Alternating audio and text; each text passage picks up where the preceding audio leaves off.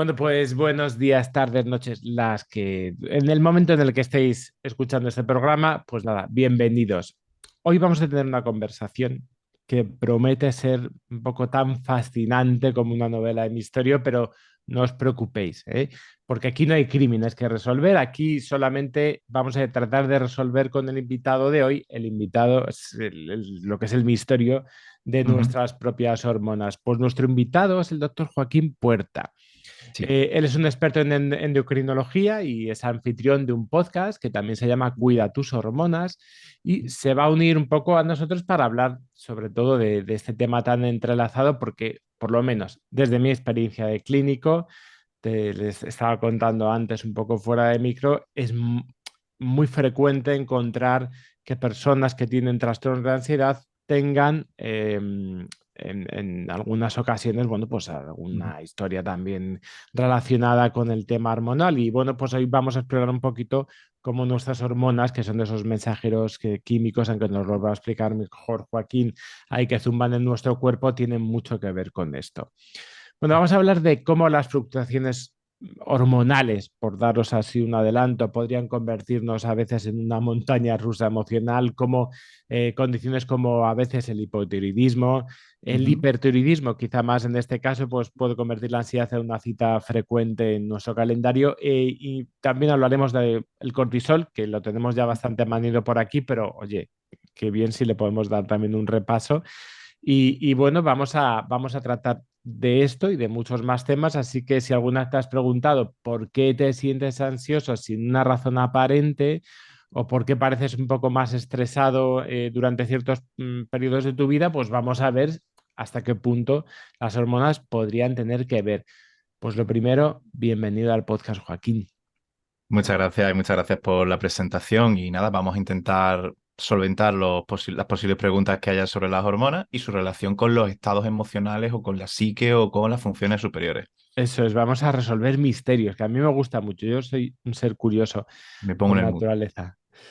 Pues, a ver, bueno, primero sí que me gustaría que nos contases algo de ti, porque que te lleva un poco a tu profesión, que yo creo que siempre es interesante que conozcamos también a los invitados. Aparte de eso, bueno, pues, pues sabemos que tienes una labor de divulgación que tiene que ver con el podcast y algún canal de vídeo, creo. Y Ujú. bueno, pues, pues sobre todo, ¿qué nos podrías decir de ti?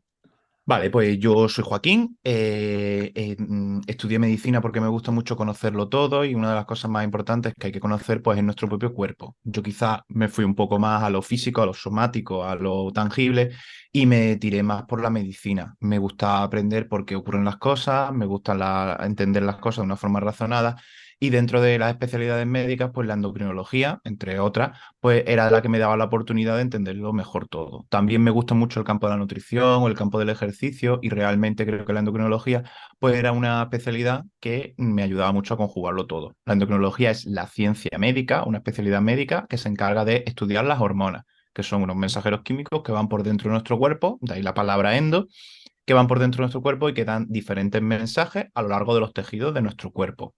Y eso sería la endocrinología. También mira un poco los órganos y los órganos que fabrican hormonas, pero también, sobre todo, las hormonas. Porque Y, hormonas, estamos hablando todo el rato muchas veces de hormonas, que si tengo las hormonas alteradas, las... mm, vamos a tratar de definir. Tú, lo que estabas diciendo es que eso es un mensajero químico, sí. ¿no? ¿Cómo? Mensajero químico que puede ser una sustancia, imaginémonos una proteína o una grasa modificada con algo más de ínfula, recibida en otra parte del cuerpo, en una diana de nuestro cuerpo, provoca una señal.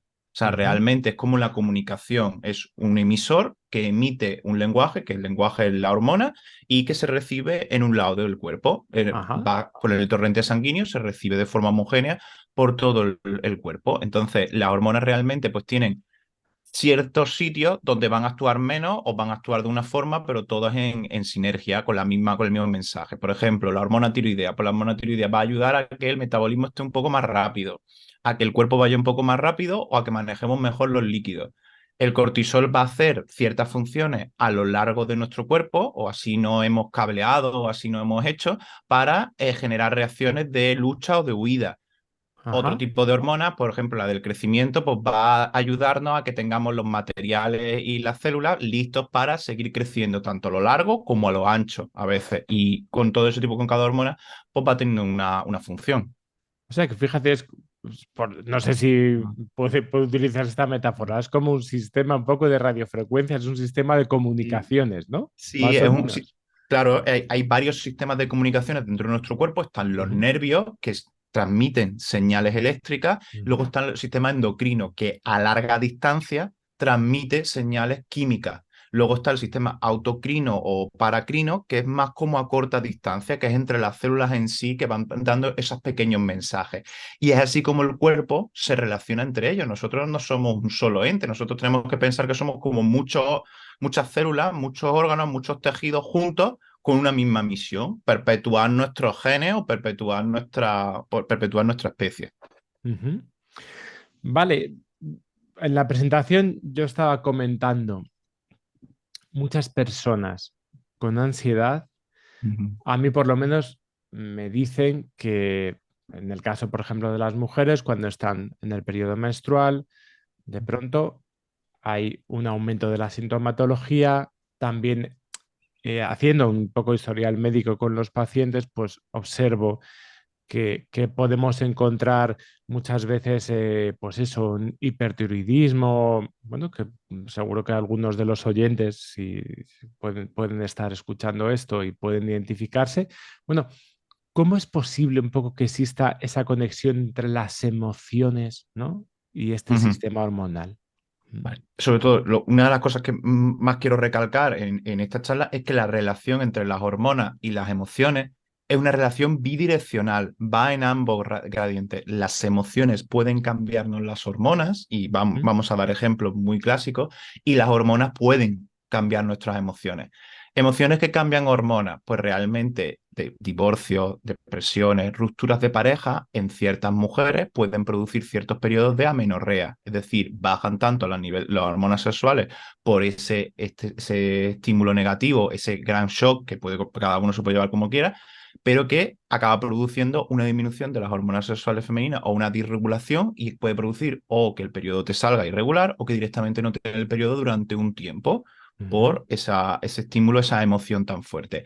Y viceversa, un exceso de hormona tiroidea o un exceso de cortisol va a provocar en nuestro interior un exceso de ansiedad o un exceso de irritabilidad, de emociones más excitantes que en exceso pueden ser malas, sobre todo el exceso cuando es un exceso crónico, porque nosotros estamos cableados sobre todo para tener picos de alto estrés, que es necesario para la vida y es necesario para la supervivencia, pero el problema sobre todo es las hormonas suelen ser trabajadoras diésel, trabajadoras crónicamente, y el problema de nuestra vida es que realmente los estímulos de estrés no son estímulos más crónicos, más a largo plazo, y esos son problemas que tienen las hormonas y las ujú. emociones. O sea que como casi todo, ¿no? Supongo que en cierta medida, en cierta cantidad, pues ahora hablaremos del cortisol o de la adrenalina, ¿no? Está Ujú, y va a servir, pero el exceso es lo que vamos a tratar de ver. Porque, hay hormonas que están, que estamos hablando muchas veces y que tenemos incluso, no sé, yo creo que ya están popularizadas, ¿no? ujú, Pero si tuviésemos que hacer un ranking de las más famosas que pueden estar relacionadas un poco con ujú. todo este tema del que hablamos, bueno, ¿cuáles podrían ser? Vale. Hablando del tema de la ansiedad, que es el Sí. tema, Ujú, tiroides sería la principal porque es la más frecuente, se diagnostica más, es mucho más fácil de determinar. Realmente encontramos lo que buscamos. Eso es un aforismo médico que a mí me gusta mucho decir. Si no pides algo, si no buscas algo, no lo acabas encontrando. Y la hormona tiroidea es bastante fácil, bastante popular, y por eso se encuentra más. Por eso hay en parte, tanta patología tiroidea, tanto para exceso como para ujú, disminución. Luego, desde el punto de vista específico del estrés, sería el cortisol. Cortisol es una hormona de tipo lipídico que se secreta en una glándula que está por encima de los riñones, que es la glándula suprarrenal, que va a codificar pues, para reacciones de lucha o de huida. Es decir, va a preparar nuestros músculos para moverse más, va a traer sustratos dentro de nuestra sangre para que tengamos energía para hacer esa lucha o esa huida, va a priorizar ciertas cosas para priorizar la supervivencia. Ujú, Luego hay otras hormonas que son la adrenalina, la noradrenalina, que son las catecolaminas, que son las que ya son más intensas. Las dos anteriores como crónicas, ¿no? Es como lo que he ujú, dicho yo antes de diésel, pero la adrenalina son esos subidones grandes de lucha, por ejemplo, en un combate de boxeo, en un combate de artes marciales, cuando, por ejemplo, tienes algún peligro vital grande, pues puede tener subidas de esos niveles y nos va a hacer que el corazón vaya más rápido y en general prepara nuestro cuerpo para la lucha o para la huida, que es la típica metáfora del león, que ¿qué haces con el león? ¿Luchas con el ujú, león o huyes del león? ujú, Y el problema en esta vida, el problema en esta vida es que no hay leones. No, eso no es un problema, sino que el estímulo negativo es una cosa que va a estar ahí siempre. El trabajo, nuestra vida, nuestra economía, nuestras relaciones sociales, pues nos van a estresar de esa forma y nos van a estresar de una forma crónica que no va a ser resuelta. Como el caso del león, que para bien o para mal, el problema del león pues se resuelve fácilmente, ujú. Pero rápidamente. tengo la impresión, fíjate, Joaquín, que en esta popularización, ¿no?, del mundo Ujú, hormonal, parece que hay unas hormonas que son buenísimas y otras ujú, hormonas que son malísimas. O sea, por ejemplo, el cortisol. Ahora, bueno, desde los estudios de Sapolsky, desde que popularizaron un poco toda esta hormona, parece que el cortisol es un enemigo a batir, ¿no? Es un enemigo que tenemos que ujú, eliminar en nuestra vida y que tenemos un poco con el que tenemos que enfrentarnos. Y, por ejemplo, ahora ha salido toda esta hormona que es la oxitocina, que es, vamos, algo ujú, que tenemos que conseguir a toda costa. ¿Hasta qué ujú. punto no estamos mitificando, ¿no? Y cómo podríamos, ¿no?, ponerlos en su justa medida, ¿no? Vale. Realmente con el cortisol y con el estrés, para divulgar o para comunicar, hay que utilizar los matices. Y realmente utilizar los matices pues da explicaciones mucho más largas y que son mucho menos populares o difundibles. Ujú, Entonces, realmente la relación que tenemos que tener con el estrés es una relación en forma de, tenemos que buscar una forma de U, por ejemplo. Entonces, en el medio de la U, en el medio de la U, es decir, en el punto medio de un nivel de estrés, un nivel de cortisol aceptable, pues ahí es donde vamos a tener mayor ventaja, porque el déficit de cortisol, o el déficit de estrés o el no estar suficientemente atento es tan malo como un exceso de esto. Lo ujú, único que pasa es que es mucho más común en el mundo en el que vivimos que sea el exceso el protagonista. Y efectivamente hay una gran mayoría de enfermedades provocadas por exceso de estrés, por exceso de cortisol a largo y de forma crónica, que va a provocar eso, que va a provocar que el cuerpo no funcione del todo bien o que en algún momento ese cuerpo diga ya no puedo más. Pero realmente el cortisol es necesario para la vida. Y si, por ejemplo, viniese una persona y te hiciese una cirugía y te quitase las glándulas suprarrenales y ya no haces cortisol para toda la vida, pues durarías vivo pues unas horas o unos días. Realmente necesitamos el cortisol para vivir, necesitamos el cortisol para mantener bien las tensiones, necesitamos el cortisol para manejar bien el estrés. Es el exceso de ese cortisol lo que necesitamos. Y respecto a la oxitocina, pues sí hay ciertas sustancias que al ser asociadas con estímulos de placer, estímulos de recompensa, pues deben de ser buscadas. Pero el problema de eso, como por ejemplo la dopamina o la oxitocina, es que los estímulos muchas veces responden, los estímulos tanto químicos como ujú. psicológicos, responden a la ley del acostumbramiento. Bueno, tendrá algún nombre que ahora mismo no caigo, pero cuando ese estímulo ha sido hecho muchas veces, Sí, es la una respuesta habituación. Ujú, eso, habituación, que ujú, ahí estaba ahí, mi semántica ha estado regular. El estímulo de habituación, pues realmente la respuesta va a ser cada vez menor. Entonces, sí, está bien buscarlo, tanto en el estímulo de succión, en el orgasmo, en los placeres tipo hobby, pero cuando estamos sobreestimulados, más hablando de dopamina, oxitocina no tiene esa claim, pues hablando de dopamina, cuando estamos sobreestimulados, pues realmente o necesitamos más estimulación para provocar eso, o pues no estamos suficientemente atentos o no podemos funcionar bien sin tener esos altos estímulos. ujú. Porque, a ver, te voy a poner así una Ujú, duda que se me acaba de ocurrir, porque muchas veces, claro, yo hablando con psiquiatras, estamos hablando de dopamina, de noradrenalina, estamos hablando, pero claro, muchas veces se me hablan de ellos como si fuesen neurotransmisores, pero mm, también se me habla de ellos como si fuesen hormonas. Entonces, sí. en realidad cumplen las dos funciones, o sea, pueden, por si me puedes resolver esto, ¿no? Así Claro, está porque pensando. pueden hacer, realmente es por geografía, por localización, realmente la serotonina, un Ujú, marcador que será bastante famoso, se puede utilizar tanto en farmacología como en cultura popular, pues realmente si reacciona con neuronas, pues puede ser pues puede ser un neurotransmisor. Pero si acaba yendo al torrente sanguíneo, pues puede provocar ciertas funciones de hormonas. Ujú, La noradrenalina, la dopamina, son tanto cosas que pueden estar en la sustancia, en el núcleo, en la sustancia negra, que pueden relacionar ahí, pero que también pueden ser relacionados con, por ejemplo, a los vasos sanguíneos, al corazón, y van a crear esas reacciones. Entonces, no pueden ser, porque las sustancias no tienen un único trabajo, sino que realmente en donde haga la diana, en donde haga el efecto, pues el efecto va a ser diferente, incluso podemos llamarlo de una forma diferente, siendo la misma sustancia. ujú. Siguiente pregunta Ujú, que me interesa.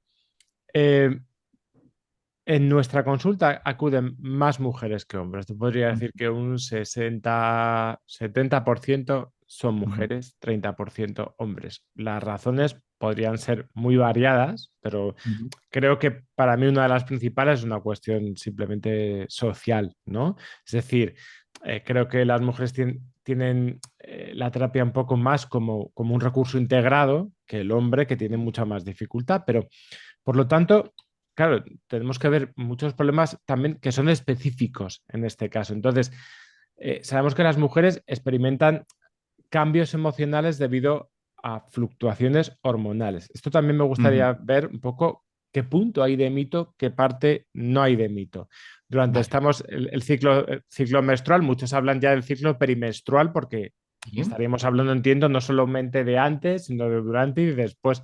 Mm, ¿Hasta qué punto cuando las personas, porque vamos, a mí, imagínate, yo tengo que trabajar con ataques de pánico, tengo que trabajar con, pues es muy frecuente que se incrementen esos ataques de pánico, esos pensamientos de ansiedad generalizada, esas obsesiones se incrementen durante ese periodo perimenstrual.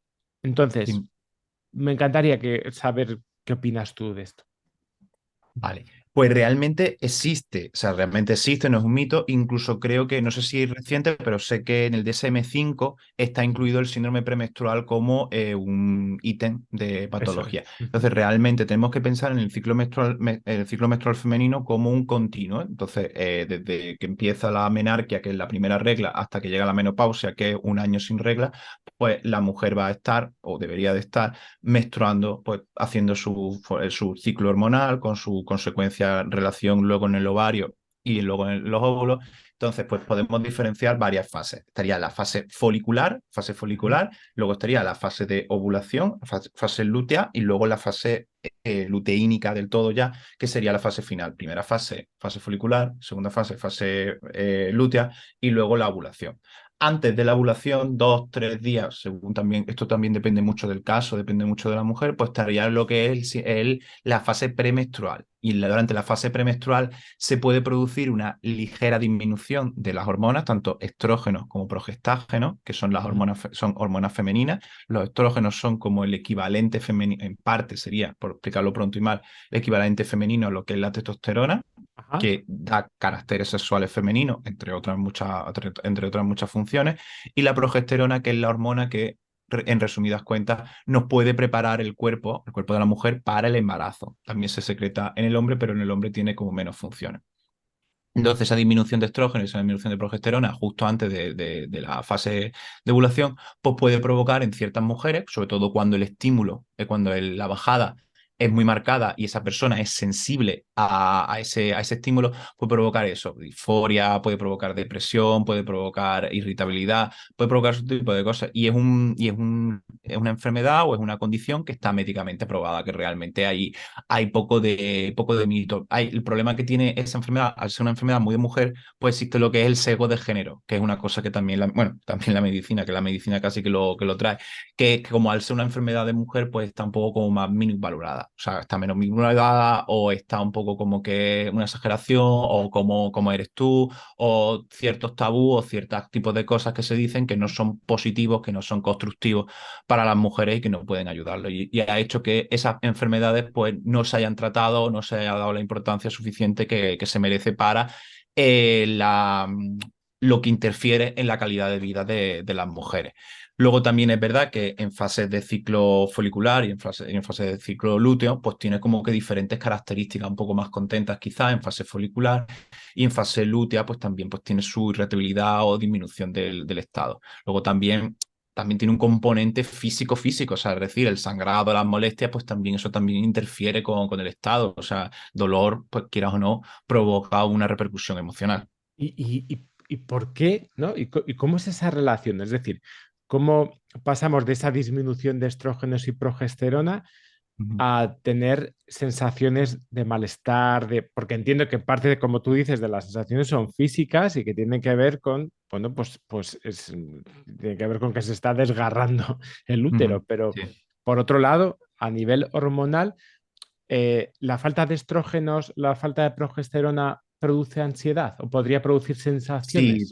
puede producir, o sea, puede producir ansiedad porque realmente los estrógenos, los niveles buenos de estrógenos, tanto niveles buenos de estrógeno y también, en parte, aunque no sea, bueno, que no sea típico de ellos, los andrógenos, nivel de testosterona, sobre todo niveles de testosterona o ciertos andrógenos suprarrenales, pues sí que es verdad que hemos visto que en mujeres que tienen bajos niveles de eso, pues tienen peor calidad de vida, menor líbido y menor estado menores puntuaciones en test de felicidad.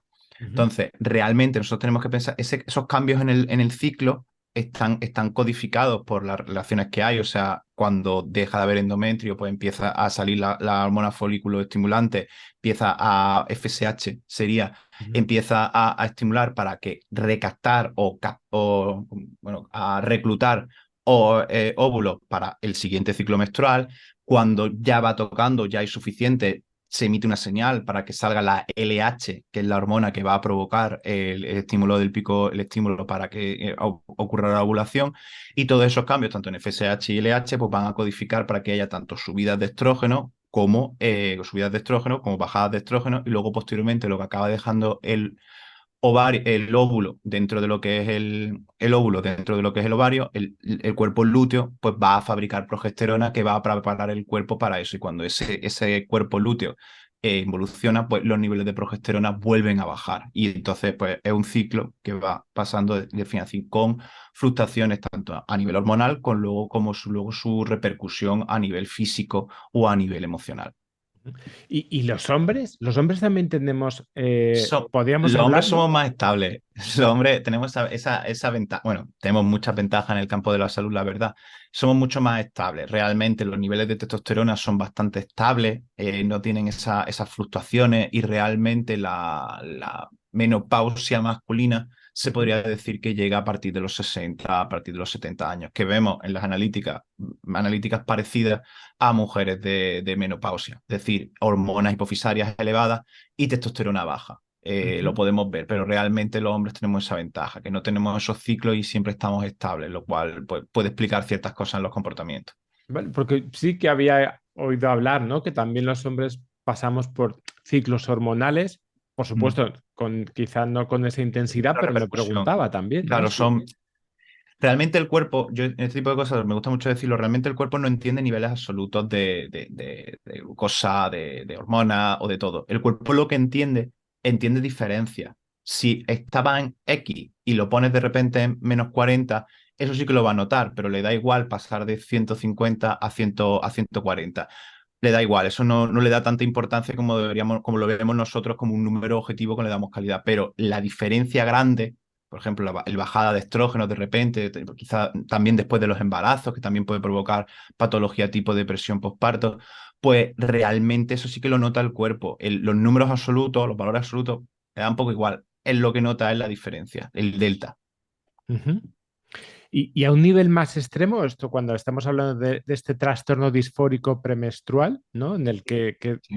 afecta a un número, entiendo, más Sí. reducido, pero sí podríamos ver un poco que estaríamos hablando de efectivamente una cuestión mucho más aumentada en este caso. Ujú. Vale, sí, pues realmente en este tipo de cosas lo que podríamos hacer, pues plantearnos que soluciones le podemos dar a la paciente. Hay algunos tipos de suplementaciones que pueden ayudar a regularizar ese ciclo menstrual. Habría que ver ciertas analíticas para ver qué es lo que falla exactamente, si son niveles bajos de progesterona, aunque el problema de todo eso es que todavía no hay una ciencia muy grande, o sea, no hay una ciencia que podamos decirlo con la boca grande, podamos decir esto siempre es así porque tal y pascual, sino que debemos de individualizar mucho y hacer Ajá. pequeñas, lo que yo llamo pequeñas pruebas empíricas. Hay personas que con niveles bajos de progesterona se pueden notar mal y habría que suplementarlos o intentar subirlos con algunas pautas. Luego también hay personas que tienen un hiperestrogenismo, que también se puede mejorar con ciertas pautas o con ciertas suplementaciones, y eso podría ayudar a que en general el síndrome premenstrual mejorase. Pero Ujú, muchas de esas cosas es primero sentarte mucho con el paciente, tratar tanto la parte física pura, somática, como la parte emocional, e ir viendo evolución, ir viendo qué es lo que nos ha servido, e intentar comprenderlo, intentar ayudarla y acompañar. ujú. Me pregunto otra cosa también, ahora perdón, es que me surgen según estás hablando tantas No, preguntas, que a veces cojo el guión y digo, ven, eh, me pregunto una cuestión, que es el tema de la testosterona, porque el tema de la testosterona, si yo lo planteo, es una hormona que muchas veces tiene mala fama, se relaciona, parece ser, con la agresividad, pero últimamente he leído quizá estudios donde, bueno, no lo tenían tan claro, es decir, que predisponía a la agresividad solamente en determinadas circunstancias, pero es la testosterona primero. ¿Para qué nos ayuda la testosterona? Y es, ¿la testosterona es tan mala como la pintan?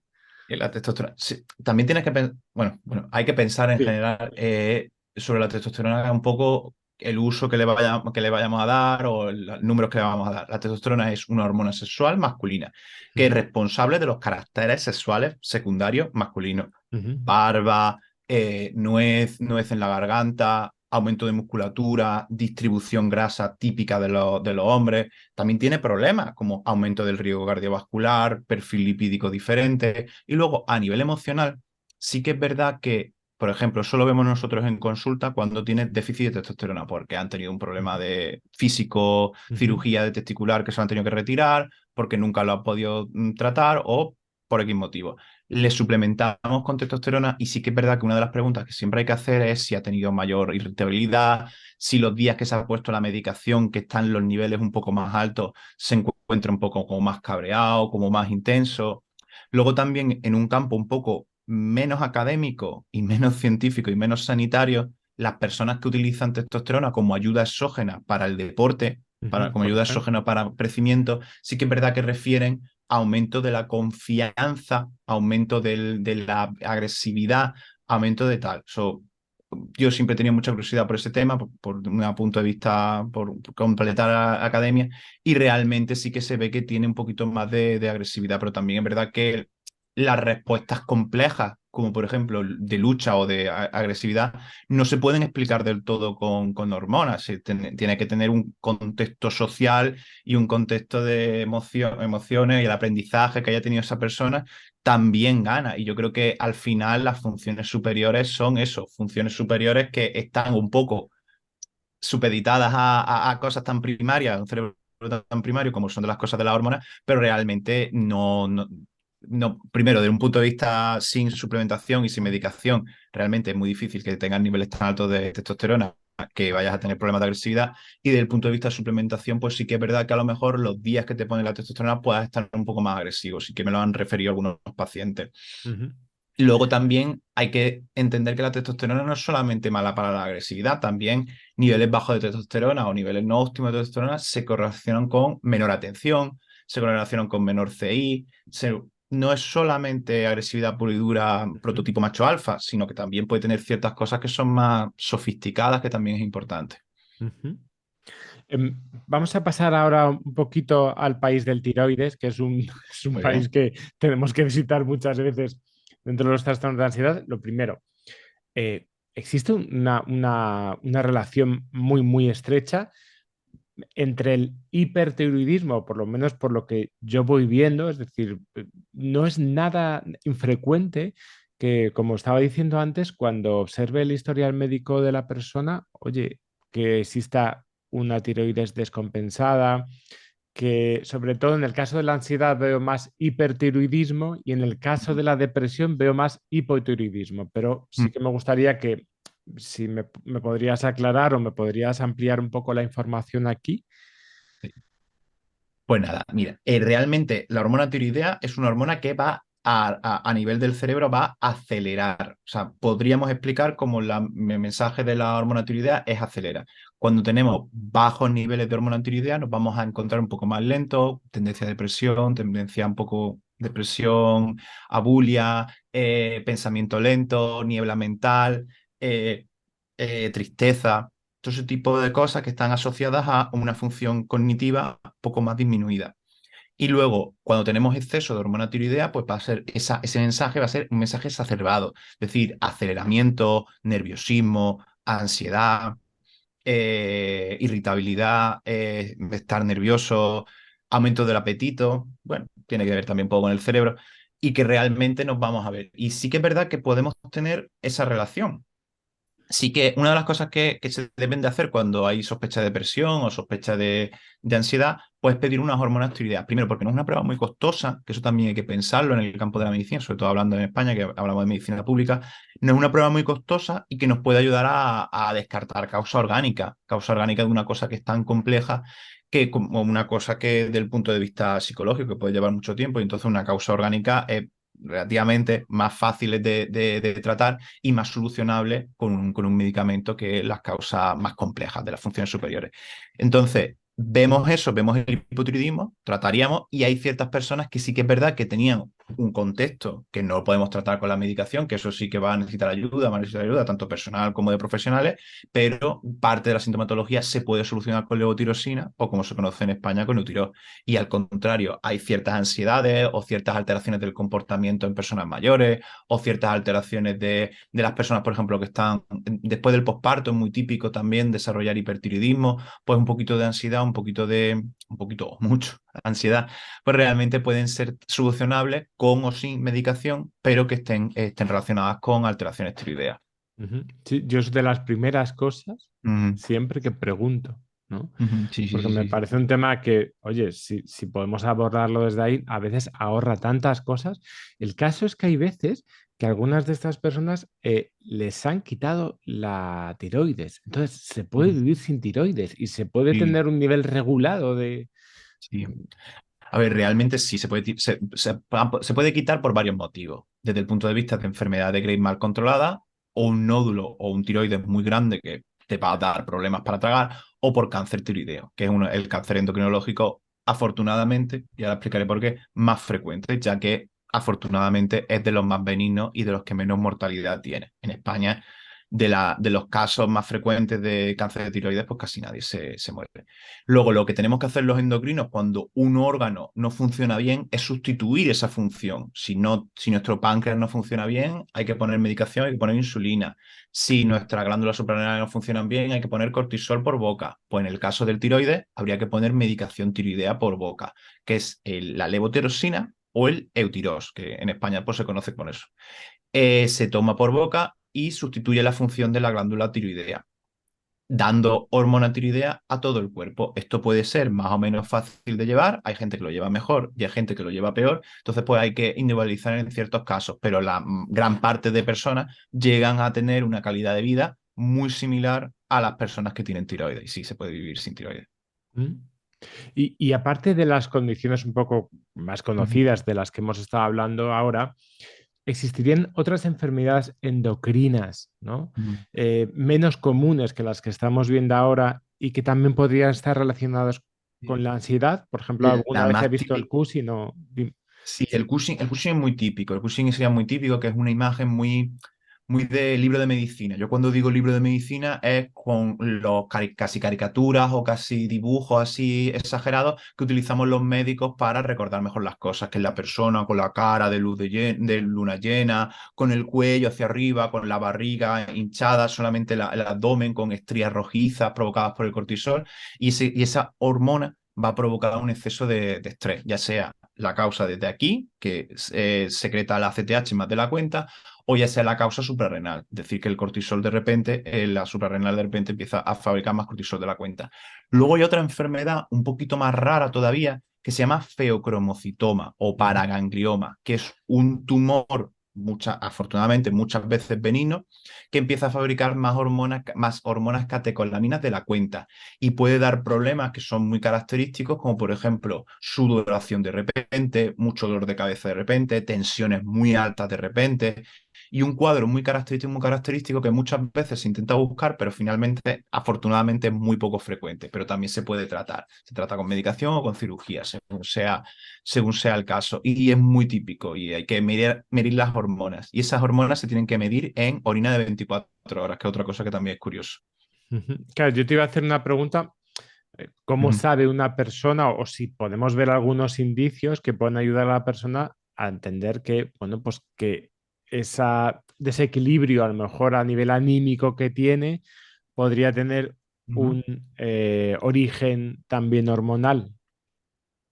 Vale. A ver, realmente el problema que tenemos los médicos endocrinos, es que hay muy pocos casos y muy pocos síntomas que sean patoendomónicos, es decir, que sean única y Solamente, ¿no? exclusivamente de esa enfermedad de las cosas hormonales. Las cosas hormonales pueden ser un hipotiroidismo, puede ser porque la vida me machaca, porque la vida me trata mal y yo estoy agobiado y estoy mal y es una reacción normal y es una reacción razonable muchas veces en los contextos que pueden tener esa persona, o puede ser secundario a una alteración hormonal. Entonces, la única forma, lamentablemente, que tenemos es hacer una analítica de sangre. En algunas ocasiones tienen que ser analíticas de sangre en ciertas condiciones especiales, porque hay hormonas que son caprichosas y se pueden elevar falsamente y darnos sustos innecesarios en condiciones que no son buenas.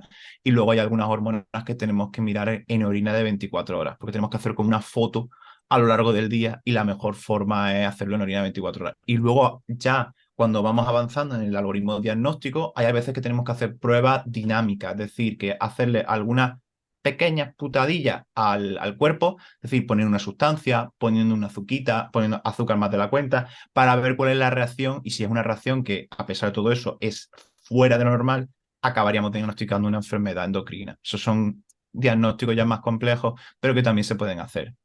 Mm.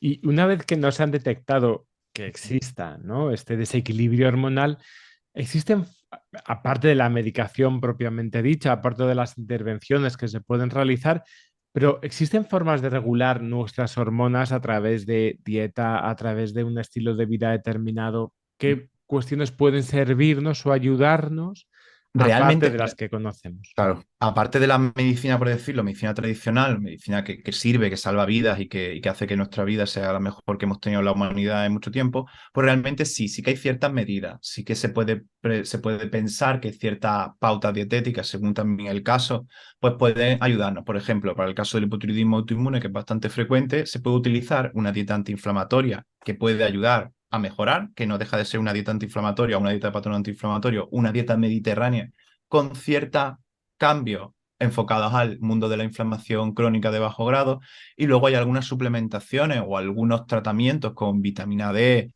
o con ciertos oligoelementos necesarios para la creación de esas hormonas que nos pueden ayudar a mejorar. Y luego también cuando tenemos exceso de ciertas hormonas, pues también hay ciertas sustancias que pueden ayudarnos a paliar ese exceso de hormonas, como por ejemplo en el hipertiroidismo de enfermedad de gripe ácida podemos utilizar la reducción de yodo para darle un poco menos de gasolina a nuestro tiroides, o suplementación con selenio para mejorar ciertas inflamaciones que pueden tener la enfermedad de gripe ácidos. Está limitado. El problema es que de todo esto la ciencia es relativamente reciente y es una ciencia con muy poco número de pacientes. Normalmente los médicos nos sentimos cómodos con grandes estudios de cohortes de 1000, 2000, porque Sí. suelen estar financiados por intereses económicos, que bueno, que es legítimo, pero que suelen estar financiados y ese tipo de cosas. Ese tipo de intervenciones suelen estar menos financiadas, y entonces eso provoca que los números de los estudios sean menores, teniendo eh, consecuentemente una ciencia de menor calidad. Mm. Fíjate, muchas de las personas que vemos, aparte están tomando medicación Mm. como inhibidores de la recaptación de la serotonina, o sea, los famosos antidepresivos, que cada vez hay que ver cómo se llaman, pero bueno, ahí están, o Sí, sí, ansiolíticos, ¿no? sí. Y me pregunto, eh, ¿tienen interacción también a su vez, o podrían tener interacción sobre los niveles de hormonas, este tipo Sí, de tienen, medicación? tienen interacción sobre los niveles de hormonas. O sea, realmente las cosas que tienen los inhibidores de la recaptación, los inhibidores de la captación selectiva de serotonina, pues realmente es un tema que a mí me gusta mucho el punto de vista de ciencia y de evidencia porque hay veces parece que no funcionan para nada, pero luego los ponen en un estudio clínico grande y junto con terapia y medicación son superiores en calidad de vida o en ítems que vosotros manejáis, son Ujú. los mejores. Realmente es una cosa que es bastante compleja y como la teoría biologicista se pueden poner los IRSS o no se pueden poner y una teoría que realmente yo no llego a abarcar o no llego a comprender del todo, pero sí que sigo con interés porque me parece bastante interesante. Pero a nivel práctico, a nivel que veo yo, los ISRS pueden inhibir cierto tipo de hormonas. Realmente uno de los efectos secundarios más frecuentes que tiene es la bajada de la libido, o sea, la bajada del deseo Por sexual. Y eso ejemplo. se provoca por disminución de ciertas hormonas, como por ejemplo puede ser la prolactina o puede ser, o aumento de la prolactina más bien, y disminución de la testosterona, que tanto en hombres como en mujeres va a codificar para libido sexual. Y luego también han visto que altera la hormona tiroidea un poco hacia abajo, es decir, un poco hacia abajo, y ahora voy a intentar matizarlo un poco, como que disminución de la hormona TSH y disminución de la T4 libre. Pero eso realmente en el contexto de depresiones grandes podría tener relación más que con el fármaco, con la depresión en sí, porque cuando estamos en situación de agobio, en situación de enfermedad o en situación de agresión, el eje tiroideo se inhibe para ahorrar energía para intentar luchar contra esa agresión. Pero el Ujú. problema es que el cuerpo no entiende que esa agresión a lo mejor es un problema psicosocial, no lo entiende, pero intenta hacer esas medidas de adaptación para las cuales nosotros estamos codificados o preparados. Mm. Es que sí, sí es una cuestión que me parece bastante importante, ¿no? Porque uno de las principales consultas que nos pueden hacer y por las cuales muchas veces se quieren abandonar los antidepresivos, ¿no? En este caso, tiene que ver sobre todo con la falta de deseo sexual, con la falta de líbido. Lo que tú dices podría estar relacionado con la bajada de ciertas eh, hormonas. Me pregunto si hay alguna forma también de compensar eso a nivel hormonal o es algo que va en el paquete. A ver, realmente no tiene indicación, o sea, esa disminución del libido no tiene indicación de tratamiento. Hay ciertas suplementaciones que pueden ayudar a mejorar el libido, como el Tribulus terrestris, pero realmente hay muy poco estudiado sobre eso. La macandina, pero es que realmente hay muy poco sobre eso y es pues intentar, yo lo que acabo decidiendo es intentar que se pueda hacer la retirada lo antes posible en la posibilidad que tenga del contexto clínico del paciente, intentar forzar un poco más su retirada o intentar cambiar a otro diferente con la venia, siempre como no es mi fármaco, como no es mi campo, Mm. siempre pidiendo la venia del psiquiatra, intentando eso. Eso lo hago yo también mucho, cambiando un poco de tema, con el apetito. Hay ciertos IRSS que para el apetito son desastrosos, es decir, que lo aumentan mucho y a lo mejor ese aumento de peso pues es una cosa que a veces pues, puede ser un estímulo negativo para la autoestima, un estímulo negativo para Vale. la alegría del paciente. E intento cambiarlos a otros que tengan un perfil neutro o incluso negativo, pero casi siempre me conformo con que sean neutros realmente. Ujú. Sí, me parece otra, como tú dices, otra cuestión importante es ese aumento o pérdida de peso. Es Ujú. decir, cuando estamos poniendo un medicamento, también no es que estemos actuando de forma tan diana, ¿no? No. Sobre determinados elementos, sino que estamos hablando de una configuración general que estamos cambiando y al cambiar, pues claro, estamos cambiando otra cosa. Sí, sí, sí. Realmente cuando hace los medicamentos que no tienen efectos secundarios realmente no son tan medicamentos. O sea, todo medicamento tiene efectos secundarios, algunos tienen más y algunos tienen menos, algunos podemos estar más cómodos poniéndolo y otros tenemos que estar ahí pendientes a la semana pidiendo analítica o pidiendo cita, lo que sea, y que realmente, pues sí, es que tienen esos efectos secundarios y no nos podemos librar de ellos.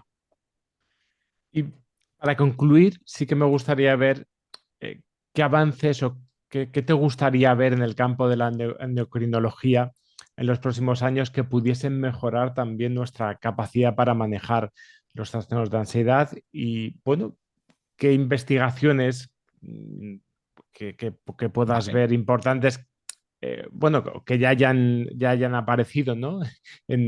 A ver, generalmente el campo de la endocrinología, también vamos a hablar un poco de nutrición, por meterle, a nivel de Sí. microbiota, por ejemplo, hay muchos estudios muy interesantes de suplementación con cierto tipo de cepas que nos pueden ayudar tanto a patología hormonal, que nos pueden también ayudar, y también hay ciertos estudios, aunque tampoco es mi campo, de ciertas cepas que son como psicoactivas en el campo de que pueden modificar un poco las emociones. Pero el problema que tiene la microbiota, que es una cosa que sirve para todo y al mismo tiempo para nada, pues eso realmente todavía me da un poco de desconfianza. Pero yo creo que ese campo, por ejemplo, junto con el campo de la epigenética o con el campo de genes predictores para tales patologías, tanto desde el punto de vista de psicología como desde el punto de vista de endocrinología, no puede estar bastante interesante. Y luego otros productos o otras cosas que ayuden en el día a día a los pacientes. Medicaciones nuevas para la diabetes, que están saliendo muy interesantes para ayudar, insulinas un poco más a largo plazo, o ciertas suplementaciones de hormona tiroidea que sean mucho más fáciles de tomar y que se absorban mucho mejor. Mm. El tema de la microbiota es cierto que es algo que estoy también leyendo un montón y que me parece un tema también muy interesante. Ujú. Por ejemplo, también está incluso en el tema de la absorción de los propios medicamentos, como algunas personas, ¿no? Sí, Cuentan, sí, sí, sí. tienen más efectos, ¿no? O pueden sentir más la medicación o no que otras por el tema de la microbiota, que es una de las cosas que se hablan. Efectivamente, una de las cosas que tenemos que hacer cuando, por ejemplo, y se puede calcular muy fácilmente, es hormona tiroidea que le tengo que poner 2 o 3 veces más de lo que debería de tener por el peso del paciente. Le pido una prueba de sobrecrecimiento bacteriano y sale alterada. Lo trata y va bajando la dosis de hormona tiroidea un montón, un montón, un montón. Y ese ve. Ese también es un aspecto que me parece interesantísimo. La Mm. epigenética, ¿no? Que acabas de hablar. Mm. Como no tenemos una audiencia técnica, por si podemos hablar Ay, un perdón. poquito más, ¿no? A veces Yo, me paso de medicinitis aguda. es la pasión, La pero pasión, perdón, perdón, entonces, perdón. enti- por hablar un poquito qué es la epigenética, que es ese más allá, ¿no? De la genética, esa expresión, pero si podrías matizarlo un poquito más. Sí, son como los genes finales o los genes más modificables, tanto los genes que más se pueden llegar a modificar con ciertas exposiciones, con ciertas cosas externas a nosotros, y cierto como la parte final de ese gen, o sea, el que se puede modificar tanto por el ejercicio físico, por la dieta, por factores externos, no todo, no del todo, pero sí que te puede ayudar a que si tienes una vida saludable, esa epigenética, hay cierta epigenética que se configura de una forma positiva para ti y si tienes una mala vida, hay cierta epigenética que se configura de una forma negativa para ti. Depende de lo que haya heredado. Y el problema de esa epigenética que no tiene luego herencia o no tiene tanta herencia hacia los hijos, porque no está dentro de los gametos sexuales, que Mm. tampoco quiero aquí hacer promover el lamarquismo de nuevo. Vale, bueno, me ha encantado la entrevista. Me alegro.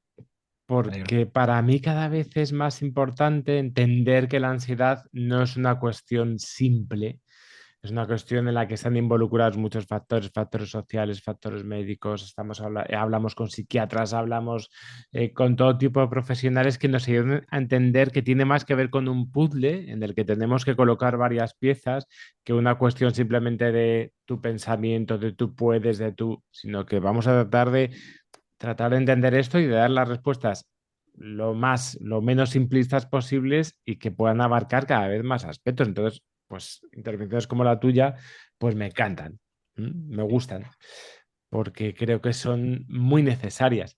Así que, ¿cómo podríamos encontrarte por ahí? En redes, Vale, ¿cómo podríamos saber pues más de ti? yo hago divulgación en redes, en Instagram es @doctorpuerma y en Twitter es @doctorpuerma. En Instagram un poco más hacia pacientes y en Twitter pues un poco una audiencia un poco más personal y un poco más técnica.